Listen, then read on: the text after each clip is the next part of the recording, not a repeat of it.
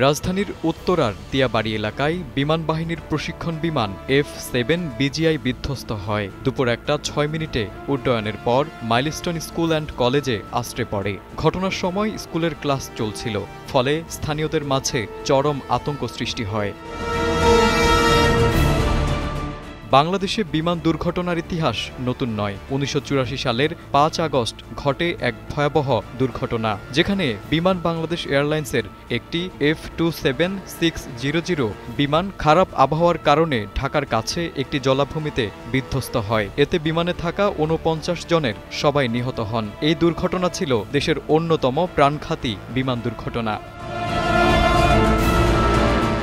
এরপর ১৯৯৭ সালের ২২ ডিসেম্বর আরও একটি দুর্ঘটনার সাক্ষী হয় সিলেটের উমাইরগাঁও এলাকা। ঢাকা থেকে ছেড়ে আসা F-284000 বিমানটি কুয়াশাচ্ছন্ন পরিবেশে রানওয়ের বাইরে ধানক্ষেতে বিধ্বস্ত হয়। BG609 ফ্লাইটে থাকা ৮৫ যাত্রীর মধ্যে ১৭ জন আহত হন, তবে ওই দুর্ঘটনায় কোনো প্রাণহানির ঘটনা ঘটেনি। ২০০৪ সালে আবারও সিলেট বিমানবন্দরে ঘটে আরেকটি দুর্ঘটনা। BG601 ফ্লাইটটি অবতরণের সময় ভেজা রানওয়ে থেকে ছিটকে পড়ে একটি খাদে। একই মডেলের এই বিমানটিতে ছিল ৭৯ যাত্রী ও ৪ জন ক্রু, যাদের মধ্যে ২ জন যাত্রী সামান্য আহত হন।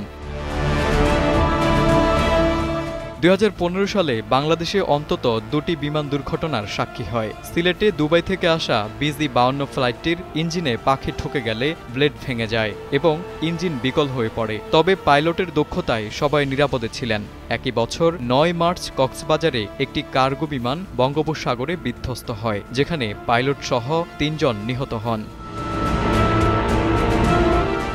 সবচেয়ে করুণ ও আলোচিত দুর্ঘটনাটি ঘটে ২০১৮ সালের ১২ মার্চ নেপালের কাঠমান্ডুতে। US বাংলা এয়ারলাইন্সের যাত্রীবাহী বিমানটি দেশটির আন্তর্জাতিক বিমানবন্দরে বিধ্বস্ত হয়। এই ঘটনায় ৬৭ জন যাত্রী ও ৪ জন ক্রুর মধ্যে প্রায় ৫০ জন নিহত হন। এটি ছিল বাংলাদেশের বেসরকারি বিমান সংস্থার সবচেয়ে বড় দুর্ঘটনা।